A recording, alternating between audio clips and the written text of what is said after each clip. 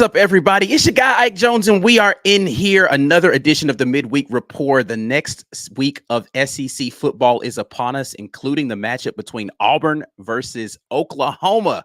We got all of that right here for you. Let's get straight to it. Y'all know how we get into this thing. The Midweek Report, baby.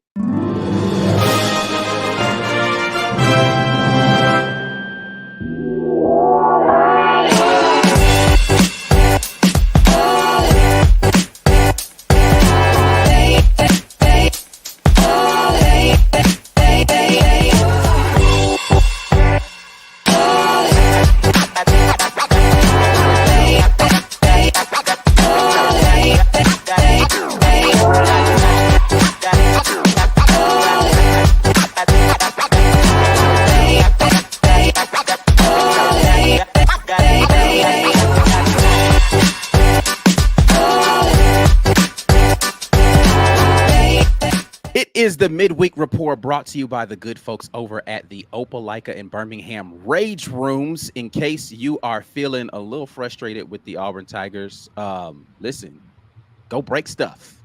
There's 2 locations to service you in the state of Alabama. In Birmingham, you can go to 2616 7th Avenue South. If you are down in the Auburn Opelika area, 1510 2nd Avenue.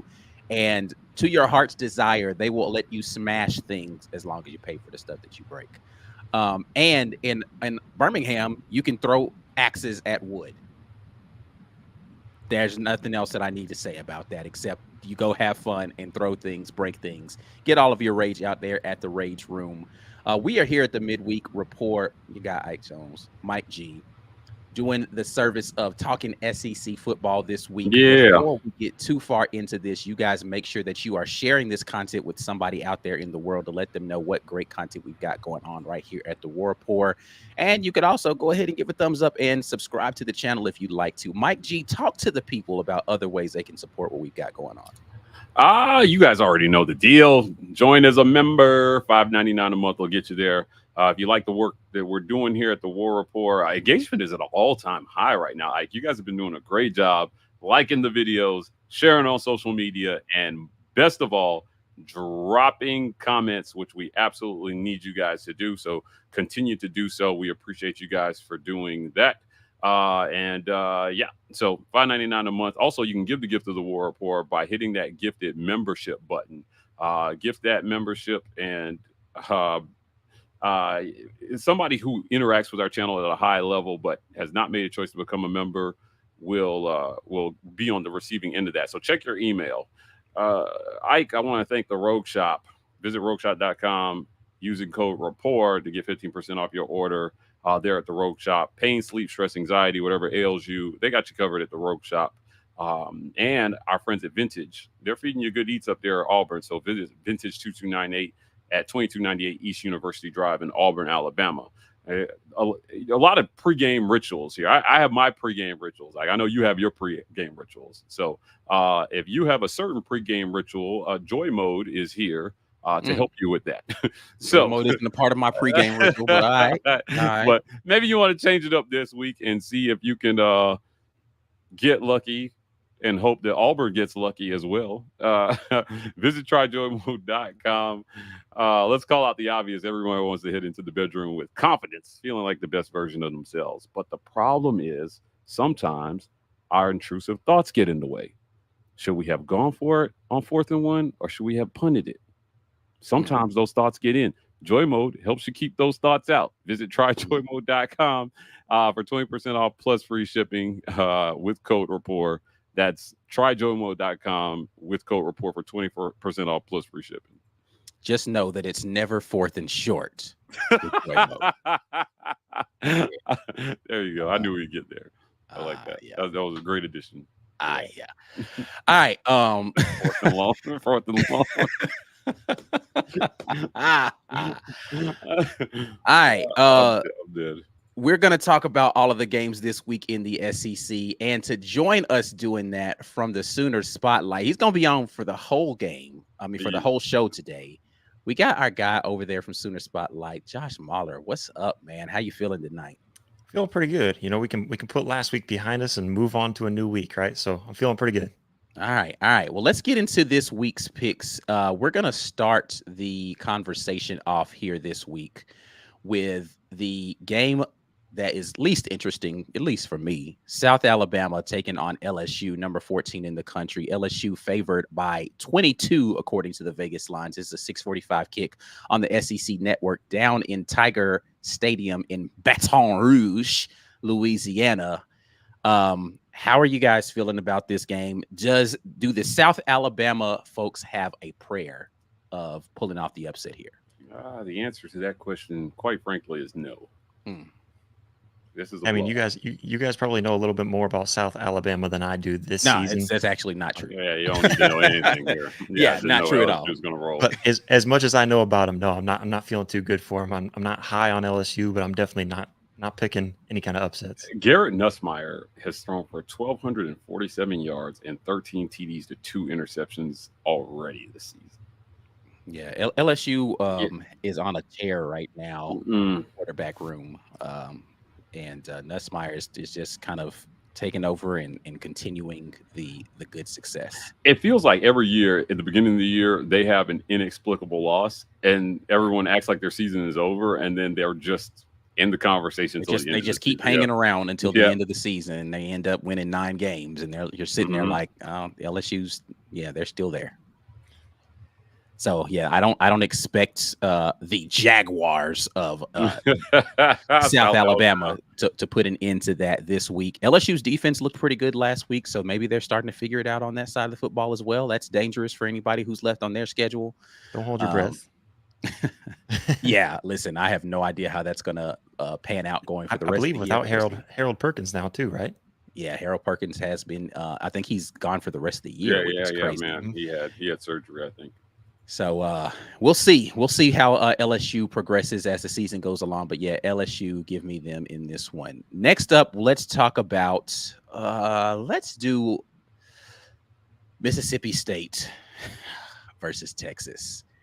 3:15 on the SEC network in Austin there. Texas favored by 39.5 over Mississippi State. The Fighting Jeff Lebby's taking on the number 1 team in the country.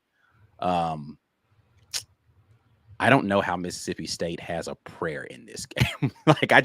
Listen, this may be more of a massacre than the USA versus LSU game. Let me do something here, Ike. Our guy over at SEC Unfiltered, Chris Phillips, says that there's only one team in the conference worse than Auburn right now, and it's Mississippi State.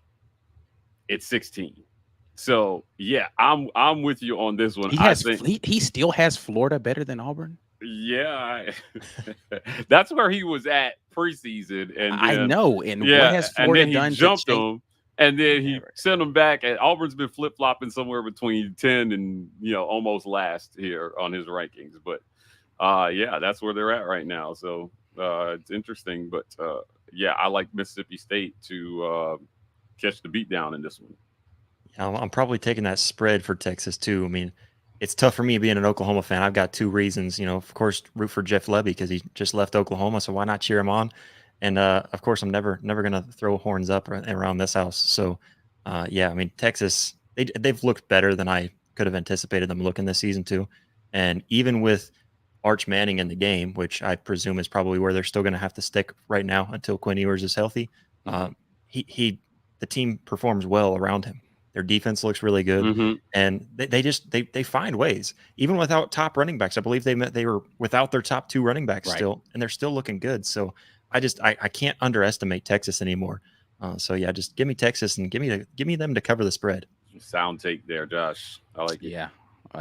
Again, Mississippi State has struggled this season, and Texas has not. Can we talk about 39.5 is a crazy spread for a conference game. It is crazy. Yeah. But that just shows you kind of how Texas has been dominating teams, man. Like they've been dominating teams that people thought were going to be top 10 teams in the form of Michigan earlier this year. Yeah, walked into the big house. Yeah, on the road and smacked Michigan. At home versus Mississippi State, give me Texas big in this one. Give me Texas. All right. Arkansas taking on Texas A&M, staying in the state of Texas. They're 2:30 p.m. on ESPN in Jerry World. Both teams 3-1. Boo for that. Texas A&M favored by 35 points in this game. The over-under is 52.5. What are you feeling about this one? 3.5 point spread. So this is a pick 'em. Yeah. I said 35. It's 3. Yeah. You threw 3.5 points. Yeah. Like, that's crazy. That'd have been a crazy one. This is tough here. I was not impressed by Arkansas last week. Arkansas fans are still trying to convince me that they feel like Arkansas is the better team between Auburn and Arkansas. And I am sad to report to you, Arkansas fans, that the best and one of the persons in the comment section is like, well, Arkansas won, so clearly they're a better team. I was like, that is an absolute fallacy of a take that the best team always wins a game. And I pointed out, so you're telling me that the reason why Auburn won the game where Bo Nix spiked the ball backwards is because Auburn was the better team? No, that's a crazy thing to say. So stop. Yeah. And we admitted on that live stream that Arkansas got screwed. We said it. We were like, yeah, they probably should have won that one. We got lucky. Look, I don't know where to go here. I was not impressed by anything that Arkansas did because it was more about Auburn just kind of self-destructing than it was anything. Bad throws into coverage, tipped balls. You break a big run. Damari Alston fumbles on like the 8 or wherever he fumbled it. It's like the 4. Yeah, I mean, come on, man. Texas A&M in this one. Yeah, I mean, you guys are kind of in a similar boat as I think Oklahoma fans are because here our defense gets a turnover and we put our offense on the Tennessee 5-yard line. Mm-hmm. And the very next play, you fumble it right over. The ball, yeah. So fumble it right over. Absolutely. Then later on, you get another fumble recovery and give the Oklahoma offense the ball on the Tennessee 33-yard line. You're in field goal position at least right there, and you fumble it the very next play again. I mean, it's one of those things which that's a little different because I still think Tennessee's a good team, right? But with Arkansas, Auburn really beat themselves up, and I just don't see anything from Arkansas that really stands out to me because Oklahoma State doesn't look good, and they kept themselves close in that one, and honestly kind of beat themselves in that Oklahoma State game. I don't think Oklahoma State really looks as good as they're hyped up to be. Texas A&M is also one of those teams, though, that I just don't think they're really as good because they stuck it out and played a close game with Notre Dame for a little while. Right. I mean, I don't know. This is still kind of a actually tough one. shocked that Texas A&M is ranked in the top 25. Yeah. I get that they're 3-1 right now, but to your point, I don't know that Notre Dame looks that great, and they barely beat Texas A&M in that game. So, but man, I feel like I have to go with Texas, though. I mean, it's the game is being played in Texas, and I think Texas A&M. If I've got to pick the least bad looking team, I guess I think I would go with Texas A&M. I think they don't look terrible. They just don't look good, right? Whereas Arkansas just doesn't really look good anywhere. So, I think I'm taking Texas A&M. I like that spread though. Yeah, listen, the run game is effective for Arkansas, but I think Auburn did a good job of neutralizing it. I think Texas A&M has a great front seven this year. That defensive line looks great, and I just don't know where Arkansas gets points unless somehow the quarterback goes crazy, right? And his accuracy has just not been there for the most part this season. And I don't know how unless he, drinks some, special Troy Aikman juice that they got left over there in Dallas somewhere before he's a Dallas kid. They're playing the game in Jerry World. Maybe he figures, but I don't know how he does that in 1 week. Michael Jordan gave him some of that special stuff. Yeah. So I don't know. I don't know how it happens there for him. So I'm going Texas A&M in this one as well. Let's see what else is on the slate for this week. Ole Miss takes on Kentucky 11 a.m. This is an interesting game. This is an interesting game to me. Yeah, because this is the first real game Ole Miss has played. Yeah. That Kentucky defense can cause some problems for you. Look, I think that anything less than 6-0 to start this season for Ole Miss is a disappointment for them, given how their schedule stacks up. This is the year for them to make a 12-team playoff. If you miss this playoff, you failed miserably, I think. And but I like Ole Miss in this one. I think this spread is too large though. 17 and a half. Okay. I mean, Yeah, listen, I Kentucky's think defense has been opportunistic this season. this may be a 7-point game. That's I listening to first and foremost, before I get into all the comments about this game specifically, I tweeted about this. Lane Kiffin, man. Golly. Yeah, He I don't was on get the it. SEC telecommunications call today, and listen, Coach Hugh Freeze was paying him a compliment. He said that he felt as if Ole Miss does NIL right, and he felt like they run their collective well. And one of the reporters asked him about those comments and what, because there's been this whole crazy thing going on at UNLV around NIL, and how do you all do what you do with the NIL, and what makes you guys good at it? And Coach Hugh Freeze complimented you on it. He was like, well, thanks for the compliment, but he'll probably just try to steal the guy like he does the rest of our coaches. And I was like, yo, come on, man. He can't still be bitter about Derek Nix, can he? I mean, listen, it's Derek Nix. It's his offensive line coach who's now at Auburn, right? Like, there's apparently he is a very bitter, petty, salty man, and he's letting it be known. So it is what it is, man. I'm But just like, we're playing football now. This is some off-season shit. Like, do we need to talk about this right now? Like, he gave you a compliment. right. He gave you a compliment, and it's not a precursor to him going after your guys. I don't. Listen, the petty in me would be like, if we were unhappy about our guy, I'm 100% going after him now. If I had no thoughts about it before, and it's like, all right, if that's what you want, I try to be nice. It's fine. Well, let me send him a hey big head text message real quick. I don't think Auburn's having collective issues at this point. And right, they're not wrong. Yeah, but I haven't heard anything that suggests they're having collective issues. So, yeah, he's petty wop right now. It is what it is. Ole Miss wins this one, but I think it's close. Yeah. But where I was going with this is, during that whole situation, or during that conversation, he talked about, or they were asking him about style points, whether that matters because of, how many teams could be piled up in the middle of the pack with very similar schedules in this new expanded playoff. And he was like, well, people are excited about our team and our offense right now, but if we're being honest, we faced 4 bad defenses so far this season, and this will be, a real test for their That's offense. fact. Yeah, and so I thought this was before he said all this other stuff, and I'm like, oh God, I was just starting to like you. But yeah, this will be a good test for this offense to see how real they actually are, and I don't think that Kentucky gets the win, but I do think that they put a little bit of scare into them early in this game. I'm kind of feeling it the other way with this one, honestly. I'm looking at the way that Kentucky's performed, and I feel like Kentucky's usually that team that performs really well against these big teams at Kentucky, in Lexington, and at night. This is not in Lexington, and it's an 11 a.m. kickoff. I'm kind of feeling like, I think Ole Miss is going to find that rhythm. I think they've had enough time to put that together. And Jackson Dart has been really good this year. Only turning the ball over 2 times so far, and that's something that he's struggled with in the past. And like you guys said, though, this is the first test. Let's see what he does against a Mark Stoops defensive front, with what they're able to do to disrupt that passing game a little bit. But they can lean on that run game a little bit too, and just kind of spread that ball around. Yeah. I like Lane Kiffin as a coach. I think he's really smart in getting his guys prepared.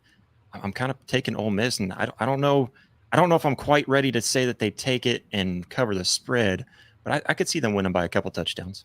Yeah, no, Ole Miss will win this game. But yeah, to your point, I don't know if they cover, but I think this is going to be a game where you find out a little bit about Ole Miss in this one. Yeah. Oh yeah, for sure. How physical can they be versus a team in Kentucky that has been very physical this season with everybody who they've played, and does it derail some of what they want to do as far as their timing offensively and get them slowed down a bit? So I'm looking forward to this game. This one's going to be a good one. Early kick as well, so you get an opportunity to watch this before you get into the games that matter that day. The early kick curse.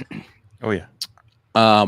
Last one we're going to get into before we get over into the game of the week. That is our game, but this is really the game of the week on everybody's mind, and that is the 6:30 p.m. game on ABC inside of Bryant-Denny Stadium. Number 2 Georgia takes on number 4 Alabama. Both of them coming off of a bye week. The schedule makers wanted to make sure there was literally no excuse for either of these teams not being their best version of themselves going into this game, by making sure both of them got a bye week going into it. Georgia is favored for the first time in like 10 years or something like that. Bama is not favored at home versus an opponent, but Georgia favored by 2 points on the road versus Alabama. What are we thinking about Georgia versus Bama? I'll just go ahead and say it. I hope they both lose. Yeah, but I hope Alabama loses more. So, look, man, if you're Kirby Smart now, Nick Saban is gone. He's the only thing standing in the way of Kirby Smart. It's the only thing standing in the way of Georgia having a completely blemishless 3-year stretch of not losing a game. They have not lost a regular season game in 3 years. I mean, that's how quietly they've been good. And I still think they were the best team in the country last year. They just didn't make the playoff because of the one they decided to lose. Right. And the way it stacked up with Florida State being undefeated and, and Texas being Bama and Bama being Texas, you know what I mean? There was all that foolishness there. But Georgia was the best team in the country last year, and they got left out of the playoff. Greg Sankey said it. I think he got that idea from me. But look, I like Georgia to go into Tuscaloosa. Yeah, clearly he watches our content and knows how to think. But I'm thinking that Georgia wins this one. Kalen DeBoer, look, man, he's a good coach. He's a good coach. But this is his first real test of this season. And there are more tests to come here. Wisconsin, I went on Doug Amos' show over on ESPN 106. And, we kind of went back and forth over Alabama's schedule. And I thought, like, it was a little softer than some people realized, right? A lot of people thought Wisconsin would be a good game. I thought that was a lot of name brand recognition. That game ended up being a joke. Wisconsin is a joke. And their quarterback, Tyler Van Dyke, which we weren't in love with anyway, he gets hurt 2 plays into the game or something, and they had no shot in that one. He's still got all Saban's recruits, but Kirby Smart is hands down a better coach than Kalen DeBoer. It's going to be close because it's in Tuscaloosa and they are tough there. But I think the Nick Saban aura is not there, and I like Georgia to win this one by a touchdown. Yeah, I mean, it's crazy. It's crazy to think there's 3 current coaches that are currently coaching that have won a national championship.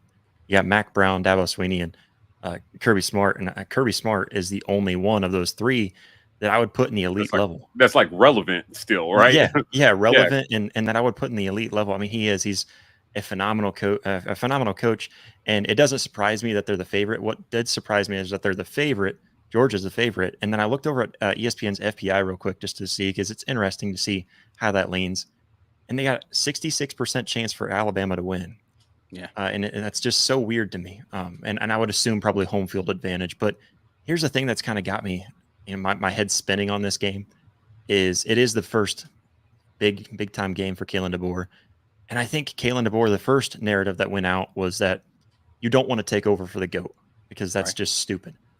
But what better time to take over than when the program's in a pretty good spot, right? And he didn't really lose a whole lot, and he was able to bring some more in. And what he's done so far, it's been impressive to me. And I know Wisconsin is definitely a joke. I do agree with you.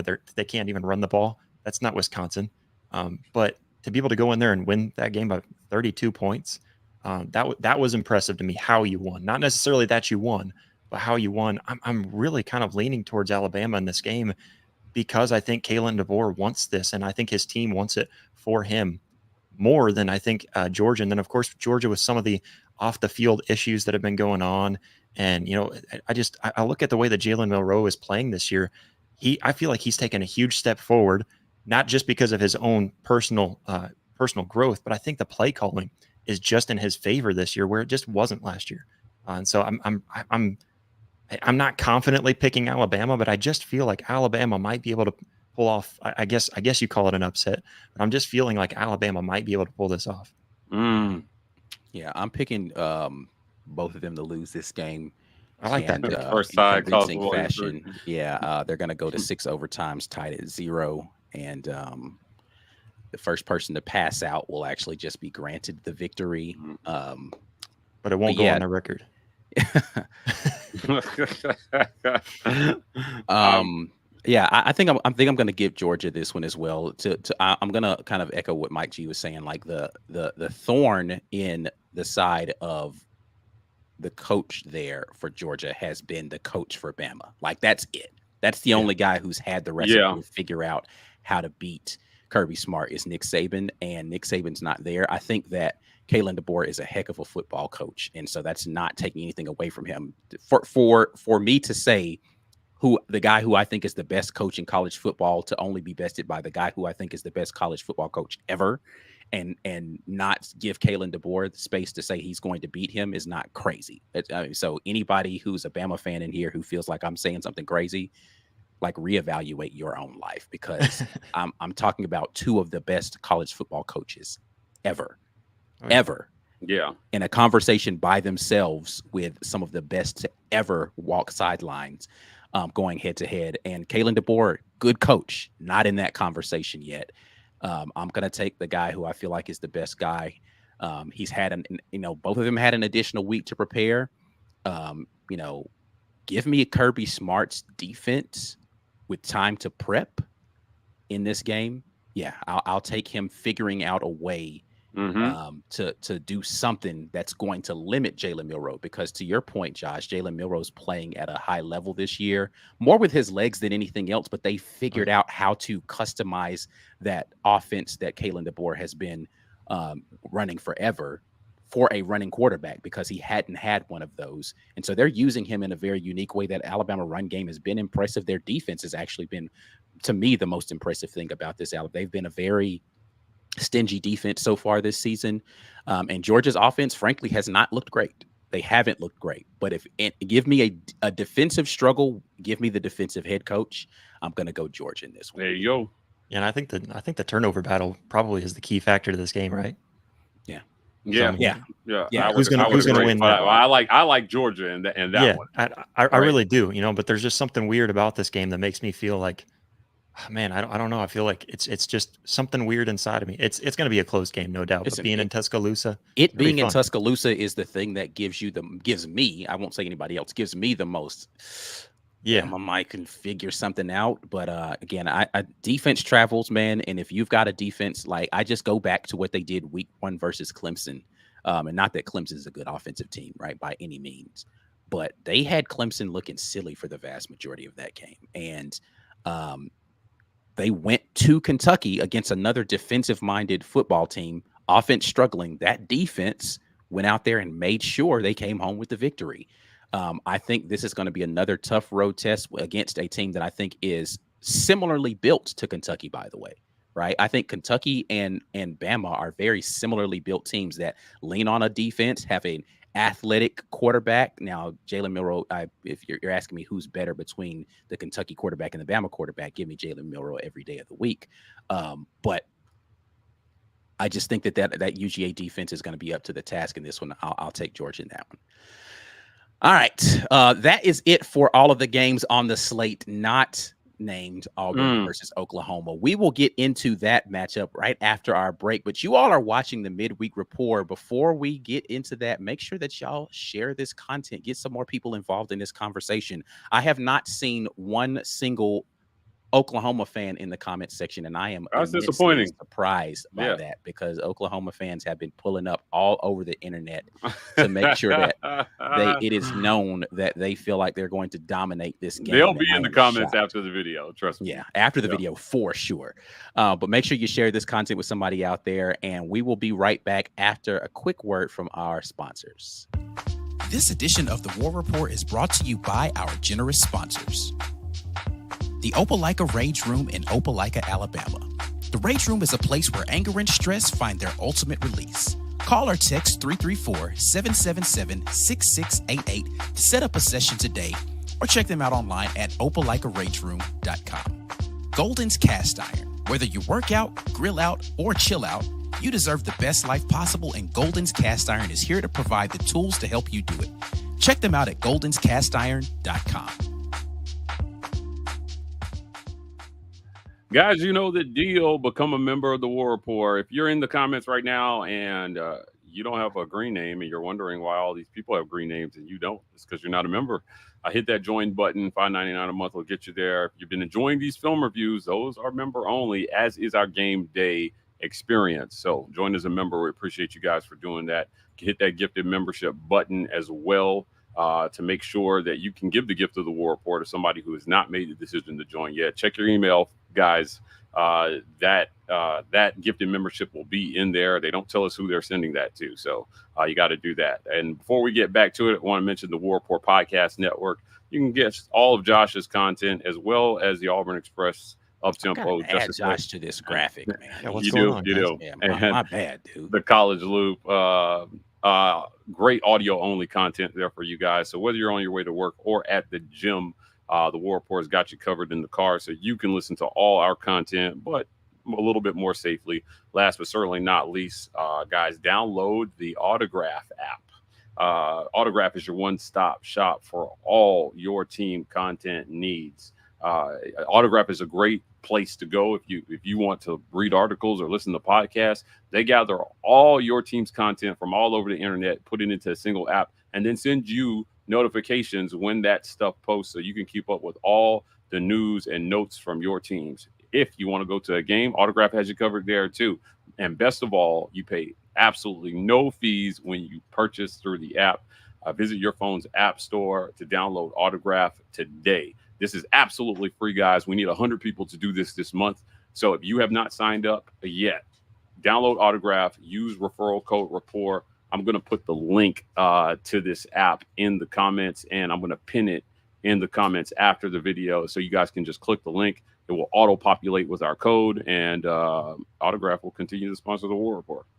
That's what's up. All right, well, let's get over into this week's matchup. Before we do, really quickly, super chat here from TJ Lou, who says, y'all think Hugh cursed them out at film? Laughing out loud. 100% he did. He basically said in the if you guys watched the segment that I did Tuesday, I think I dropped that segment. He was at his Victory Grill at Baumhower's weekly thing on Tiger Talk, and he talked about the old Hugh Freeze would go into film sessions and he would play stuff up on the film and just over and over again talking about, man, you gave him the dadgum football right back, and he had started trying to be a kinder, gentler version of himself, and he was like, he went back to his old ways this week during the film review. So he absolutely lit into the team this week during the film review by his own admission. This is not me making stuff up or saying what I think happened. So yeah, that's a thing. And we're going to see how the team responds to it, whether or not that's something that those young men needed to hear, or a method that they needed to have to be able to motivate them to come out and play a good game. So we will see what happens with that. But with that, we will talk about this week's matchup. It is Auburn versus Oklahoma. 3-1 Oklahoma Sooners coming into Jordan-Hare Stadium, a 2:30 kick on ABC. Oklahoma favored in this game by 2.5. The over-under is 45.5, and the ESPN Football Power Index has a 57.4% chance for Oklahoma winning this. Oklahoma leads the head-to-head 2-0. Last game was January 2nd, 2017 in the Sugar Bowl. Oklahoma took the victory 35-19. Fellas, let's get in here and talk about this game. Josh, you are going to be center stage for this because you are the resident expert of Oklahoma. Now, I know you and Mike G have a segment that's going to be coming out, tomorrow, talking more about this game. So I don't want to double over anything that you guys are already talking about. But let's begin the conversation talking a little bit about kind of the state of Oklahoma football and where you are. New quarterback, right? Jackson Arnold started the season. He kind of was what people in Oklahoma circles hoped he wouldn't be, which is kind of a turnover magnet. Like he was, pardon the pun, boomer bust. He would go out there and he'd make some amazing throw, have some amazing run, and then he'd go and he'd throw he had one of the worst picks I've seen from any non-Auburn quarterback this season versus Tennessee in that game where he's Just throwing the lofted it sail right into route. it. Yeah, I was like, I don't even know what he thought he saw on that route because the guy was running into triple coverage and he just threw it there anyway. I was like, all right. Even the people that saw Jackson Arnold as being a turnover king would have been like, man, that's uncharacteristic of him. Yeah. I mean, just crazy. Yeah. So tell me kind of the state of where the Sooner Nation is right now around this program and this team as they head into Jordan-Hare. Well, I think Sooner Nation is very torn because, of course, like you said, we didn't want to see Jackson Arnold fail, and I was one of the biggest supporters too, and I still am to the point that I just don't feel like this is a quarterback issue. That pass definitely, and I don't blame the coaches one bit for taking him out though. 3 turnovers in one game against a high-powered Tennessee team overall. I was going to say high-powered Tennessee offense, but their defense is good too. You've got to find ways to move the ball and turning it over on the 5-yard line. Whenever you just got the ball turned back over to you, and then turning it over again, down there on the 33-yard line, whenever it was just given back to you, and then going back even a little bit before that, a miscommunication on a play puts you inside the 5-yard line now, and you give up a safety right after that. And, it was just a lot of miscues. And yes, the quarterback was the one that turned the ball over. The quarterback, Jackson Arnold, is the one that you blame for the turnovers because he was the one that did it. And the worst thing is that last turnover that he had, that fumble where he threw it and it ended up being a backwards pass, that was not even a route that should have been ran. And it was told to him, we're running the ball here. This is a run option. This is not some sort of you should be passing it. So that's even worse. And when you are told that'll get you benched 10 times out of 10 right there. Yeah. When you're told that and you just totally botched a play and now you turn the ball over, especially where it was and when it was and everything else going into this game. Yeah, I mean you've got to give the young freshman a chance. But my issue with that is what about the fact that you've got I'm pretty sure, and last time I checked, I think 4 of your top receivers out. Now you've got a freshman running back who was kind of a guy that we were really leaning on in Taylor Tatum, who he's probably going to be out for this game. And I think even Deion Burks might be out for this game now.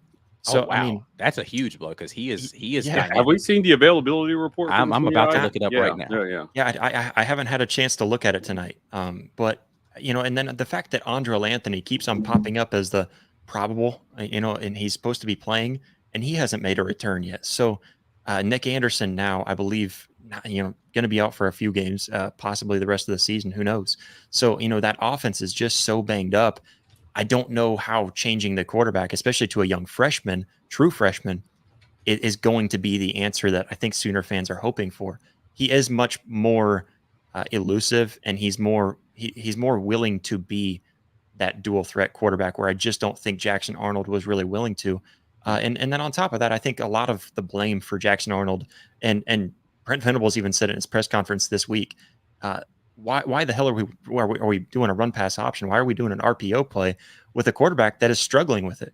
How about you make it simpler and just tell him you're handing the ball off, or you're telling him, hey, you're going to make this pass, rather than giving him options that he's not doing well with. So, I think the play calling has been more of an issue than I think leaning on directly just the quarterback, because he's the one that's putting the quarterback in these positions. So it's been a very tough week for Oklahoma fans and kind of a little bit of strife within the household, it seems like.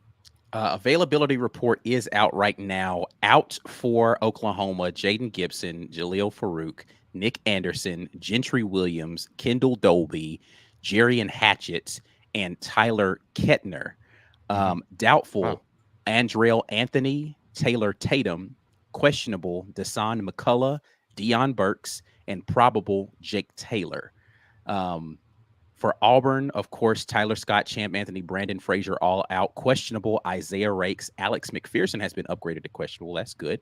And Isaiah Miller. So most of Auburn seems to be healthy going into this game as far as the availability report is concerned.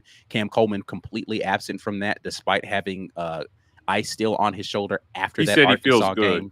He said he feels real good. So I saw Keontae Scott after that game also iced his shoulder. So he was struggling with something during and after that game, but not on this availability report at all. But who sticks out to you when you hear those names I just read for Oklahoma on this availability reports, particularly the guys who are doubtful and out on Yeah, that list? you just named a lot of guys that I expected. Nick Anderson being out hurts because we've been waiting for him to get back in. Jalil Farouk and Jaden Gibson were out Which, earlier in the let's be season. clear, this could change as the game Yeah, comes along. So it this is could. just Wednesday. This report could change, but continue. Yeah, and the one that stood out to me though, you said Tyler Keltner was on there. Was he doubtful or out? He's out. The kicker. That is crazy because I haven't heard anything about that, and Yeah.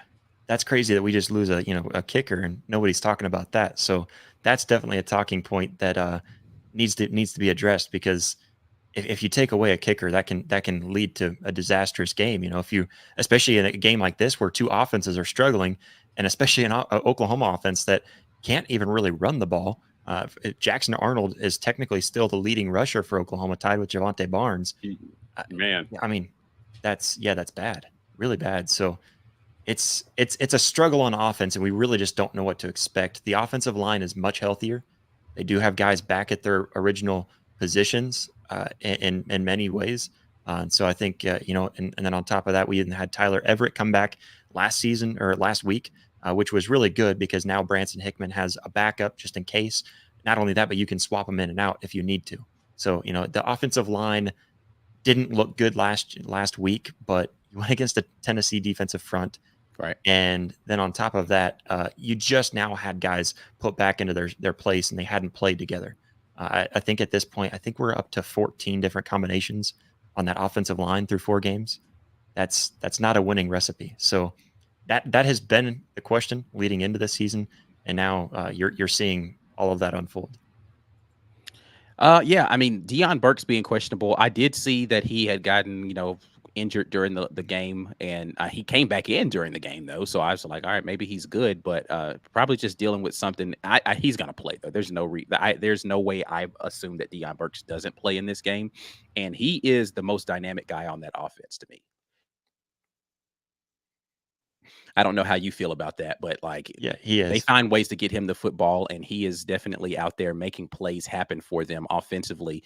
But it's going to be interesting. Let's pivot for a second though and talk about the defense though, because that's been coming into the season. The presumed strength of this team was going to be the defense. Venables, very capable defensive football mind, and the defense has been uneven, I think, for Oklahoma this season. They've been very dominant in some places, but then, like I watched again, this is Tennessee we're talking about. So it's not as if they're playing some scrub team, but I watched Tennessee run into 6 and 7 man boxes easily at sometimes on obvious run situations, 3rd and shorts, and pick up, on 3rd and 2, pick up 5, 6, 7 yards sometimes. And I was just like, what is going on right now with this defense?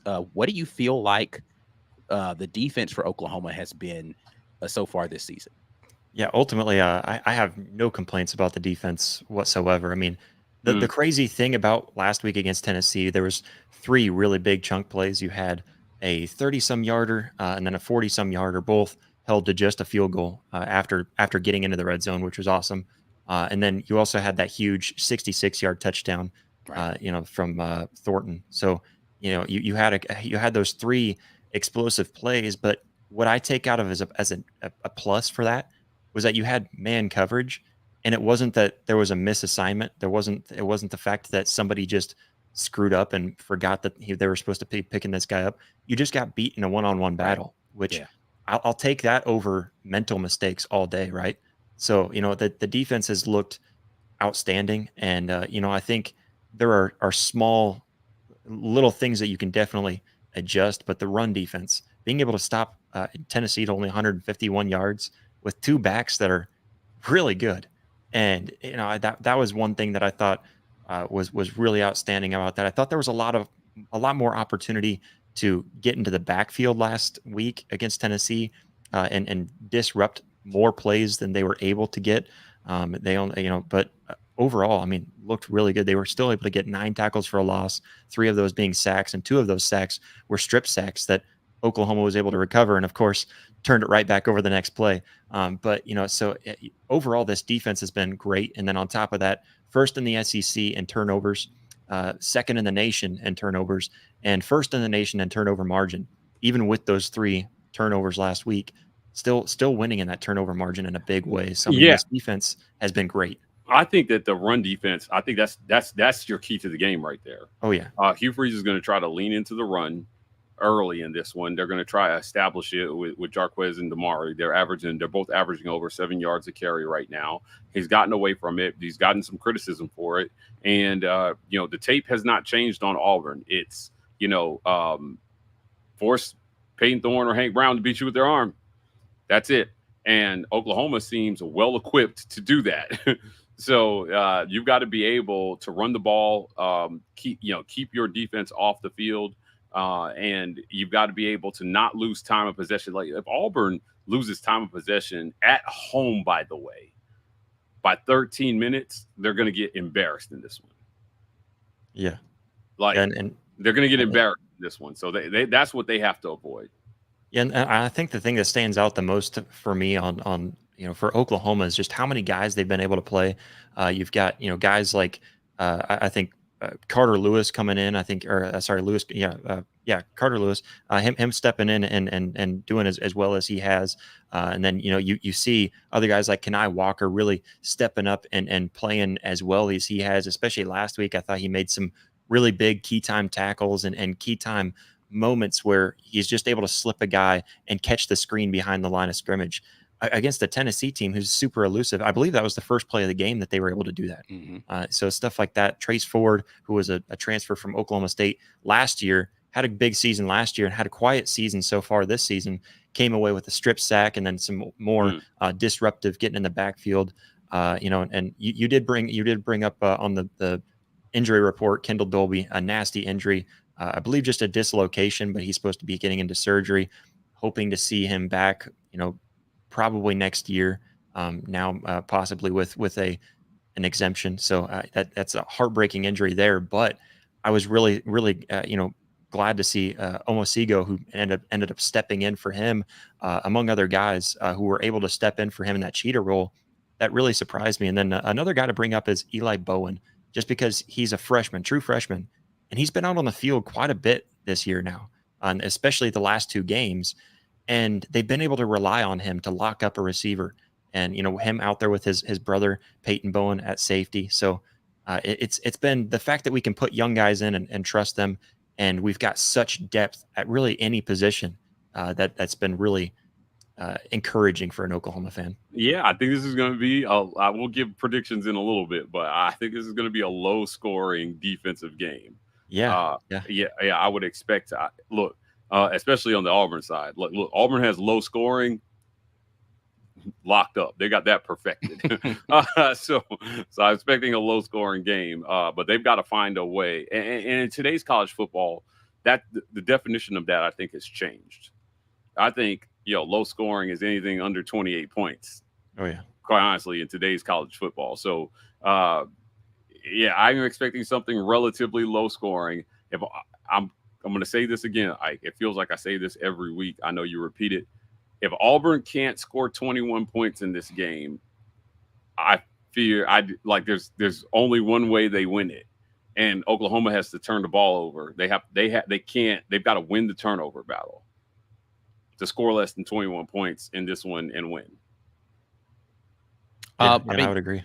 What do you feel about the new QB though? Like we talked about Jackson Arnold, but like what is it just too early to tell on the freshman? Michael Hawkins Jr. Yeah, it's definitely too early, but to recognize that he comes from a dad, a father who played in the NFL, and I believe he was drafted the same year as Aaron Rodgers, and was able to make it to the NFL. So he's been around, that kind of talent and trained with some really high up trainers. And so he's definitely athletic. And I think he showed a lot of poise later on in that game, although I kind of credit that to a lot of garbage time. So, it's confusing to me because he did look better than Jackson Arnold, right? He didn't turn the ball over and he was able to make some decent throws. Mike actually brought up to me earlier today that, how he had a few passes past 20 yards and couldn't complete them. And some of that is that you've got a lot of receivers banged up right now. But it did seem like he was able to connect with receivers who we haven't seen from this season so far. And Jacques Petaway, even Zion Reagans was able to get a couple of catches that he hadn't been getting from Jackson Arnold. So I'm wondering if, hey, maybe this team is going to rally around him. I do have full faith in him, full confidence. I think I would have just as much faith in him as a true freshman as I would have last year with Jackson Arnold as a true freshman. So, and I think that says quite a bit about him. So it's more play calling that makes me nervous. Are we going to try to do the same stuff that's not working? Just note why I didn't know his deep ball. He was perfect on passes from 10 to 20 yards. Oh, really? Okay. Yeah, he connected on every single one of them. Yes. So that medium to long range was actually really good then. Yeah, right. Like, again, 20 yards down the field, we know statistically the percentages go down for a lot of quarterbacks. If you're 40-50% on deep passes, that's considered really good because of the amount of things that can go wrong when the ball is in the air for that long. But I think that the game lives in that 10 to 20 yard range.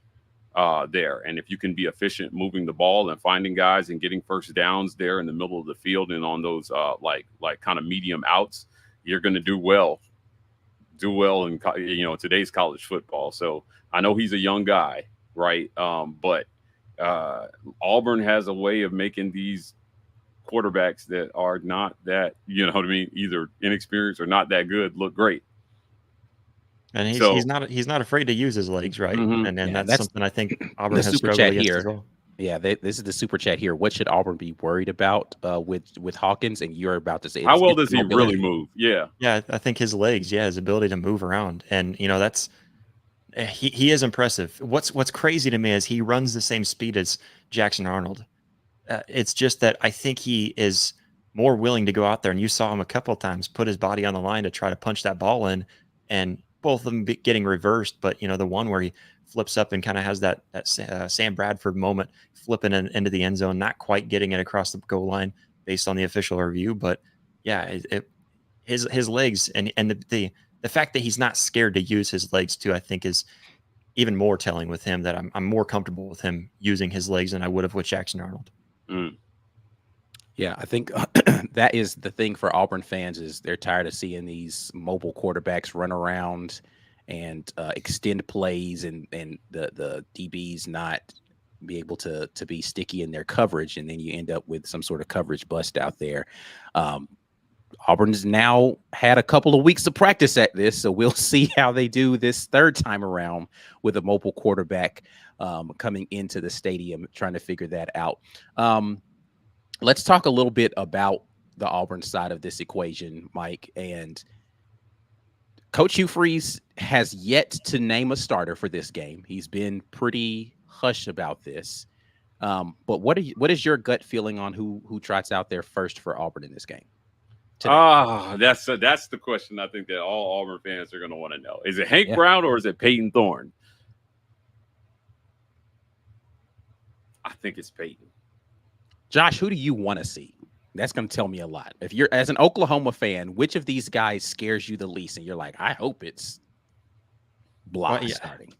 I said in the preseason when I talked to Mike, the big thing that I think Oklahoma has a big chance of doing is, if you have Peyton Thorne back there, get a little bit of pressure, which now, seeing this far into the season through 4 games, Oklahoma is able to do that even against decent offensive lines. If you're able to get a little bit of pressure and force him to throw the ball, which, guess what, the run defense is really good.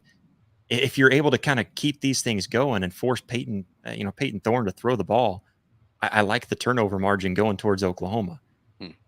So that's who I would put in there. That's who I would like to see in there, I suppose. But I also think that Hank, being younger and inexperienced, I think Oklahoma can kind of do the same for him as well. But obviously, we've seen more out of Peyton Thorne, and that kind of favors Oklahoma. So that would be my pick if I had to as a fan. Okay, all right. And you think Peyton Thorne's going to get the start, Mike? Yeah, look, man, Hugh Freeze. I think he's stubborn. He picked this quarterback in the preseason. He pulled him when I think he really had no choice to. Right? He Told the whole world, if I upgrade all the pieces around Peyton, you'll see a better Peyton. Well, you did that, and you didn't. He is objectively worse this year, or 4 games. And we got to SEC play, and Hank didn't even get a second half to work through his issues. Yeah. And his excuse was, I've seen this play out before. Well, you know what else you've seen play out before, Hugh? Peyton. Game after game after game. Right. So I think it's Peyton, man. He keeps saying he's the best in practice and how hard it is to not play a guy who's consistently the best in practice. And, I just don't know. I think it was the wrong decision to pull Hank at halftime and not work through. If you were going to lose that game, lose it with Hank. And then if he goes back to him in this one, I have less issue with it.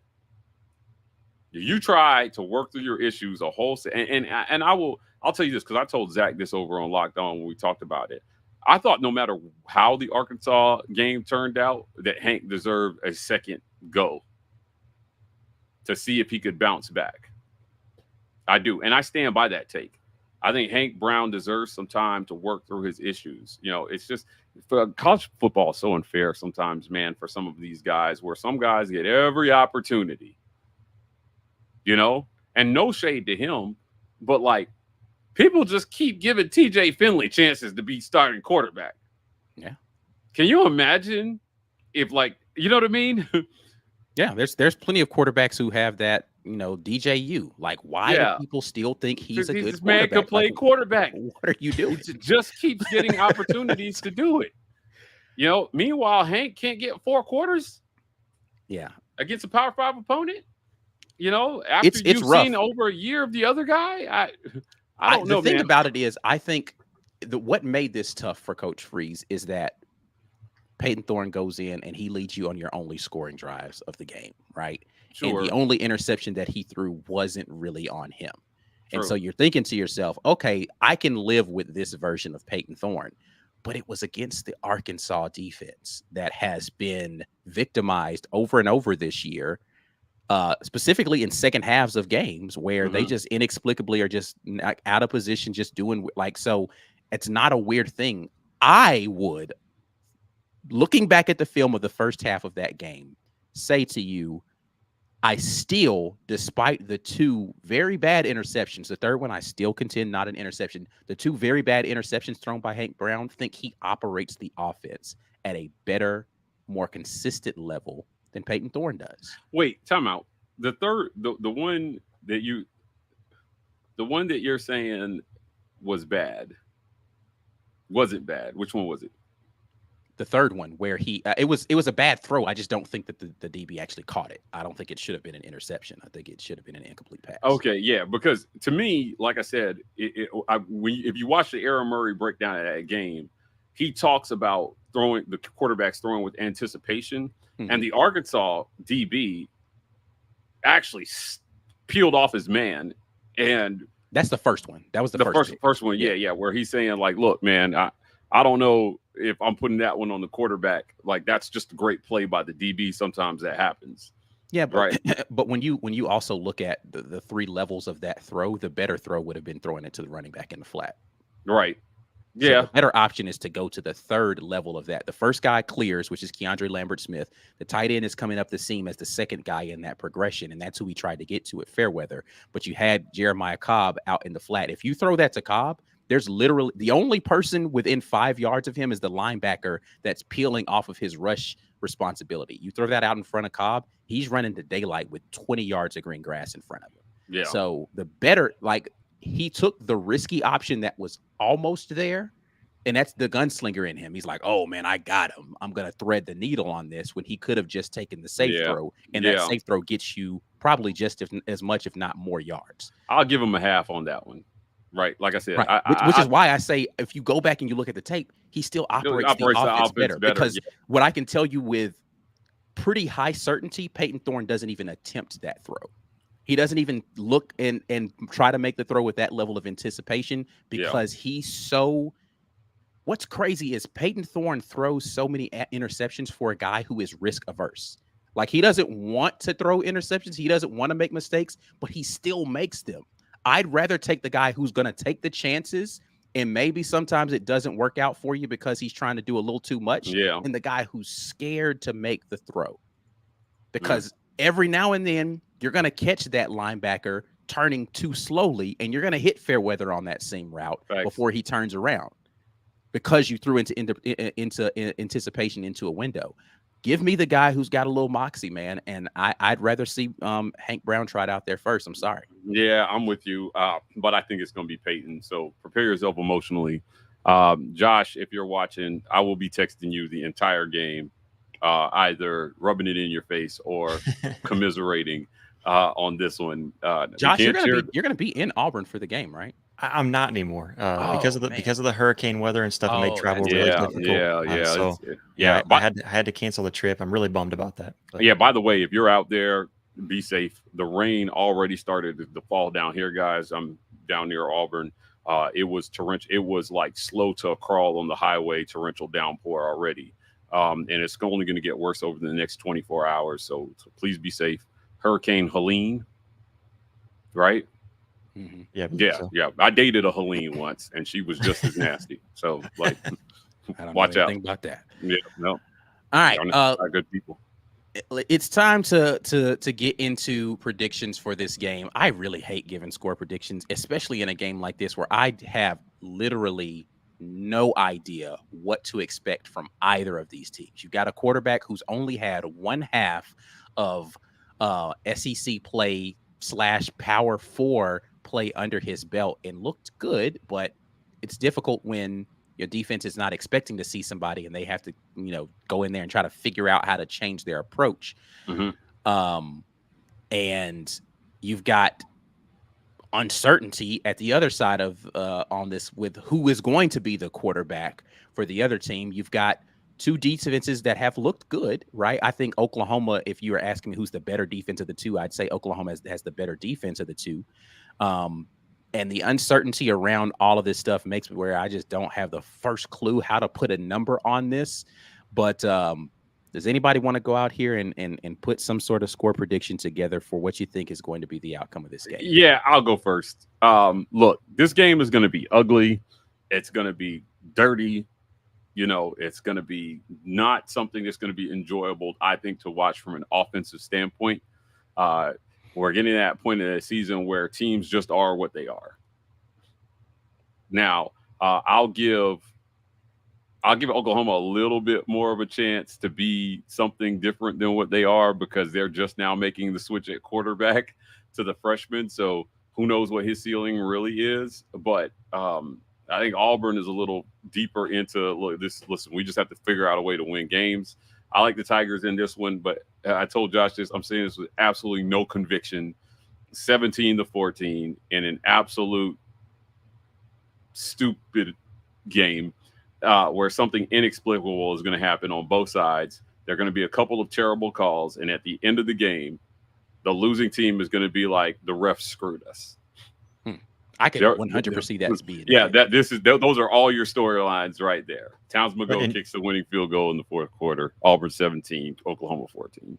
It's hard to argue with people that are against the officials this year because it has been atrocious. It's been awful, in all the games I've watched. Yeah, everything.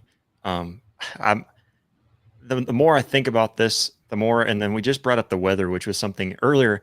I had this score prediction all tuned in, and I was like, you know what, I'm going with this, but I've got to change it because I just realized Oklahoma's going to be forced to run the ball, and that's something that they have not been doing. And so I just don't really know if they're going to be able to run the ball efficiently or not because they were held to 1.1 yard average against Tennessee. And I know that's a Tennessee defense that's very good up front, and I understand that. And against an Oklahoma offense that was still trying to gel.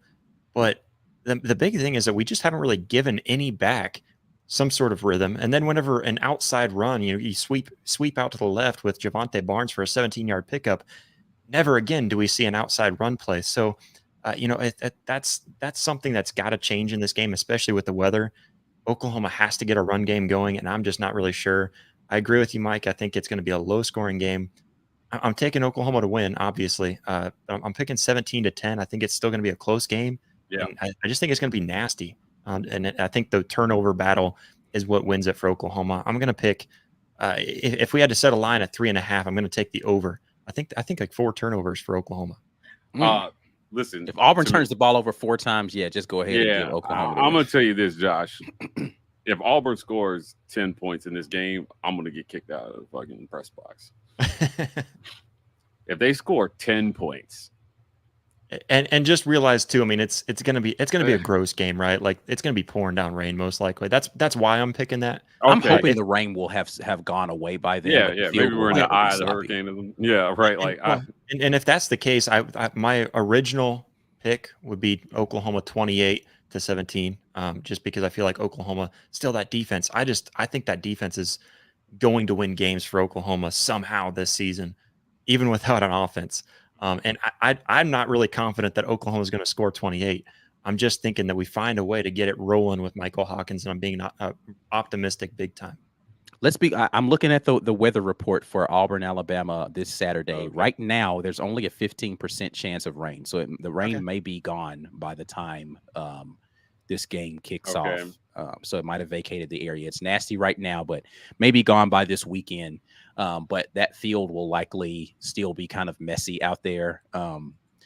I'm still feeling a low-scoring game either way, just because, again, I don't know that these two offenses are prepared for the defenses that are going to become. Listen, this Auburn defense showed me something versus Arkansas as far as just the nasty that I thought that they were going to come into. When you heard Austin Keys before the season, they asked him for a word to describe the Auburn defense this year, and he said violent.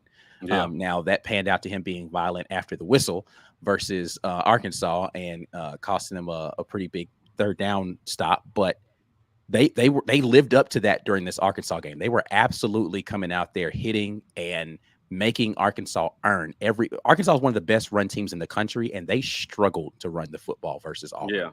Yeah. And that's with a mobile quarterback who was the vast majority of their run game. Right.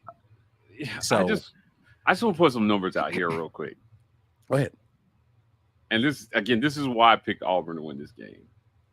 Oklahoma is dead last in the conference in yards per game at 299.5 yards per game. They are 14th in the conference in passing yards per game at 171.3. They are run down for me really quickly the Oklahoma opponents thus far. You've got we started off with Temple, Houston, Tulane, Tennessee. Okay. Houston, decent defense. Tennessee, good defense. Okay. Yeah. And Tulane's one of those tricky teams too, but not a good defense, right? Okay. Right. Yeah. 128 yards per game on the ground, which is 15th in the conference. And just not even trying. Yeah. 29 points per game, which is also 15th in the conference. Right now, again, Auburn has not put the ball in the end zone versus 2 Power 5 opponents. But again, 462 yards per game. If these averages hold, turnovers is the only way you lose if you're Auburn. That's literally the same. I made the same statement that I made before the Cal game, before the Arkansas game. The only way I feel like Auburn loses this game is if they turn the ball over consistently against the best turnover defense in the nation too. Yeah, right. Yeah. I'm just saying, passing, as bad as the quarterbacks have been, 4th in the conference in passing yards per game, right? The rushing yards don't look as great, but they, if you look at average yards per run, they're really good, right? They just haven't rushed it as much as we would have expected. And then points per game, you're sitting right up there in the middle of the conference around like 7th, and Oklahoma's down at 15th. It's been about turnovers in the 2 losses, right? So this really does come down to, can Auburn protect the football? Yeah. If they can protect literally the football, the only stat that I think will matter in this game is the turnover margin. Yeah. So that's the one that gets me so confident in Oklahoma. Is just the fact that they know how to get those turnovers, put it into the offense's hand. But the thing that you're bringing up is the other flip side to it. What we saw against Tennessee, the reason why Oklahoma lost to Tennessee wasn't necessarily that Tennessee was so physical that they couldn't do anything. They couldn't put anything together. There was a lot of missed assignments, a lot of Jackson Arnold throwing the ball when it was a run option. Things like Mhm. that, just total miscues. That is crazy. Like I've heard of some crazy stuff like that. That's the insult to injury of that is not just we're not going to run the play that's called, but we also get a turnover on that play. That Yeah. is And absolutely Yeah. I think the fact that he's getting hit so much too is what caused him to just kind of have those happy feet and just kind of freak out moments where he doesn't know what to do. Yeah, I mean it's Mhm. rough over on the Oklahoma offensive side of the ball how for sure. many rushes per game is Oklahoma averaging right now? Like design run plays is Oklahoma averaging right now in this season? I don't even know if there's a stat right now to be able to pull. Yeah, I don't have that stat, but I mean I would venture to say not enough. I can tell you that much. And What I'm saying, pretty sure, I guarantee you, the game plan for Oklahoma in this game is going to be run the ball, run the ball, run the ball, and play it action. should, Yeah. and it should, Yeah. because I'm pretty sure the last time I checked, this offense has leaned over 60% on the pass game, and a lot of the rushes that you've seen, and I say that because the play calls are a pass, and then the quarterback runs. Right. So it's tough, and the thing too. So for rushing, Jackson Arnold leads the team, tied with Javonte Barnes with 138. He had, I think, 90 some yards in that Tulane game. So that's how terrible this Oklahoma rushing team has been. But Yeah. you got your top running back, Gavin Sawchuk, who we haven't really seen actually touch the ball, but I think maybe 4 times a game, something like that. So it just has not been good. But you haven't been putting your key playmakers in the correct spot, and you're not using Gavin Sawchuk. I don't think you're giving Javonte Barnes the ball enough. And then you've got an amazing good freshman running back in Taylor Tatum, who's injured now, probably won't play because I believe he's got a concussion. But yeah, I mean you aren't feeding any of your backs the ball, and you've got 4 or 5 backs to run through. So it's just atrocious, and I do blame most of Oklahoma's offensive struggles on the play calling. I hate to call that out, but that's what it is. You've got against Tennessee, they ran the ball 34 times and they passed it 34 times. Against Tulane, it was like a 30-34 in favor of the run. Against Houston, it was 29-34 in favor of the run. But and to then his point, a lot of those runs are a lot of those quarterback are taking off running on yeah, taking off, yeah, right, yeah, and then against Temple, especially with Michael Hawkins, that was him nonstop. And let me just find a way to make something. 36 to 29 against Temple in favor of the run. So and I guess I'm not sure how you consider the RPO plays too. I mean, is that a run play or a pass play? I mean, I suppose I could kind of go either way there, but yeah, if they're just choosing to run. I say on this as well to say I think because Oklahoma is going to be so devoted to this run, that's another thing that I actually think plays into the favor of Auburn, a team that I think is dialed in really well against the run so far this season. The quarterback run has been the thing that's been hurting them, though. And so that's where I'm like, I don't know, man. Hawkins might run for 130 yards. If Auburn can just keep Oklahoma inside, that's what I was saying just a minute ago. Like outside runs are working because if you've got fast backs. You've got fast, shifty backs like Javonte Barnes. He's got a very good high top speed. So put him out on the edge. But if Auburn can keep them inside, I don't see a way Oklahoma runs the ball because that inside run game has really only worked with your freshman running back who is just an animal and finds a way to get upfield. Yeah. Well, I think I'm gonna be very similar to I think what you said, Josh. 17-10. It was your pick in bad weather. 20. What was it? What was your good weather pick? I believe it was 28-17. Good weather. 28-17 is your good weather pick. Mike went 17-14 in favor of the Tigers. I am going to go 21-14. Auburn wins this game. 21-14. 21. Oh, you're picking them to get the 21 points. Yep. Brave man. Yeah, I think the defense gives you a short field at least one time, and they get that additional score there with that. All right. That's it. Anybody have any final words? I didn't see not a lot of super chats today, so I guess everybody's just kind of they want to wait and see what happens. I mean, if you're at a loss for words, I don't blame you. Definitely one of those games where you're just sitting back. Okay, I'm just gonna wait and see on this one. Yeah. The team that comes out of this with the victory, I mean, fortunately for for Oklahoma, they did their job against the teams they were supposed to beat earlier in the season. So their season's still ahead of them, even if they take an L here.